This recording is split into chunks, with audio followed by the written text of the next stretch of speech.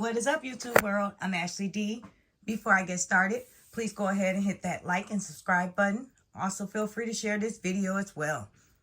Everything I state is allegedly not a guaranteed fact, my own personal opinion and observation. So today I am going to be briefly speaking on Danaya Jackson and Derrick Jackson. So Danaya Jackson is the ex-wife soon to be of Derrick Jackson, who is an influencer, an author, as well as a YouTuber. He started off kind of motivating women to want better for themselves in relationship with guys and trying to tell us how guys operate and how they work and what we should expect from them. So he was more so like the guy that encourages us to want better out of a relationship, don't take anything less. However, behind closed doors, he was married and we did not know that, and he was doing just as much dirt as the guys he was telling us not to date, not to like, not to choose. Anyhow, 2 years ago, Tasha K allegedly broke the case. Females came forward that were dating him, in relationships with him, and so on. So once that happened, he came forward with his wife, Danaya Jackson, who we didn't know anything about. When he brought her on the screen, he looked clean cut, put together. However, she looked disheveled. She had, I don't want to say a bonnet, but something on her head that covered up her hair. It was like she was off guard, but he was well put together. And to me, that right away showed that he was trying to show the world that, okay, this is why I cheated. I'm more neat and clean cut, and this is my wife. Anyone that loves you will not allow you to go on camera when you're not 110% put together, especially with these accusations and these women that are pretty much attractive coming out and saying that he's been messing with you.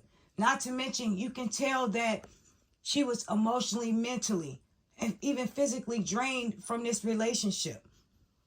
And only thing I could say is you have to choose wisely, women, from the beginning of their relationship.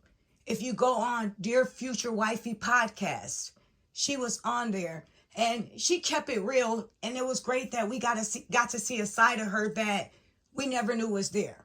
The only thing we saw was her online, going off on people, allegedly casting spells on them for speaking on her and her husband.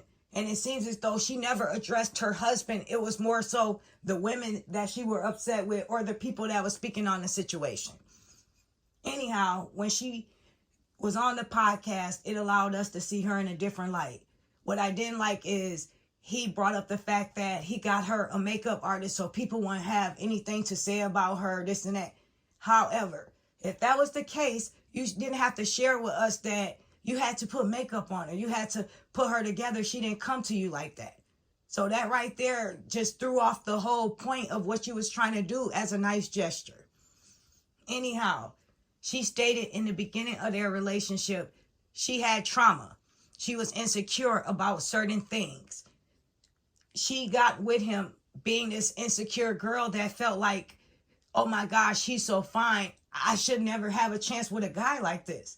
And when you enter a relationship like that, automatically, that's a red flag for you. You cannot think someone is better than you. Or if you feel like someone is above your dating standard or requirement, don't date that person.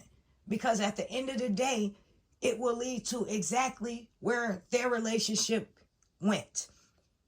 He played on the fact that she was insecure. In the beginning, she said they were dating, and it's like women had different shifts. They were coming in and out of the apartment, taking turns. And she was okay with that. Fast forward a few years later, he married her. He married her with the assumption, thinking that if she approved of that and she was okay with that, she's going to approve with a lot more other things. More so than the normal wife would approve of. More so than the wife that's secure and more put together will approve of. I could date those women outside of my relationships, and I could still have my high school sweetheart and have my cake and eat it too, and come home to her as I please, because she's not going to question anything, because she knows how I operate. She accepted this. She agreed to this for better or worse. So she gets in this relationship with him long term, knowing the type of person he was, and he continued to be out of this relationship. He didn't show her anything that told her or that he was in this for them two, for better or worse, for the long haul.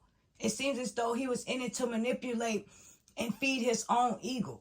She helped behind the scenes continue to build his brand. She was the mastermind behind certain things that moved forward for him. And how did he repay her? Cheating.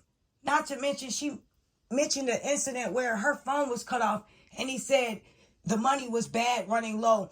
They're in like a depression or something like that. He can't afford to have the phone on. But yet he had a penthouse outside of their house that she claimed was for him to do work in. They have a big old home. And he can't put an office there. He has to get his own separate house outside of somewhere, and your red flags didn't go off there. She allowed so much stuff in this relationship. And then it drained her to the point where she said she would lay on the floor and cry for hours until he came home to console her. She didn't get up. Now, a man loves a confident, strong, feminine woman. And that's what he probably saw in her. She was light, she was delicate, and she was feminine, and she was soft, and she didn't need all the makeup. He saw the beauty within her. However, the women that he cheated with were the complete opposite of his wife.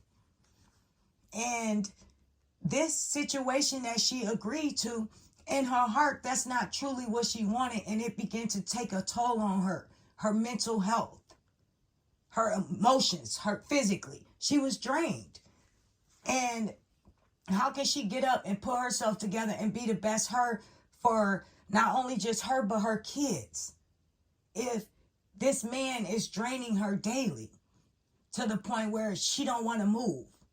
So it got so bad to the point where she would leave, go away, he come back, and then the same cycle continues to repeat. He come home, he's faithful to her for a few days, and then they go back into the same routine. It got so bad to the point where this very last time he got caught cheating, allegedly in Miami, holding hands with a IG model. He, the next day later, posted a picture of her and him, and he said they're filing for divorce. They had some good years together, blah, blah, blah, but it's not working.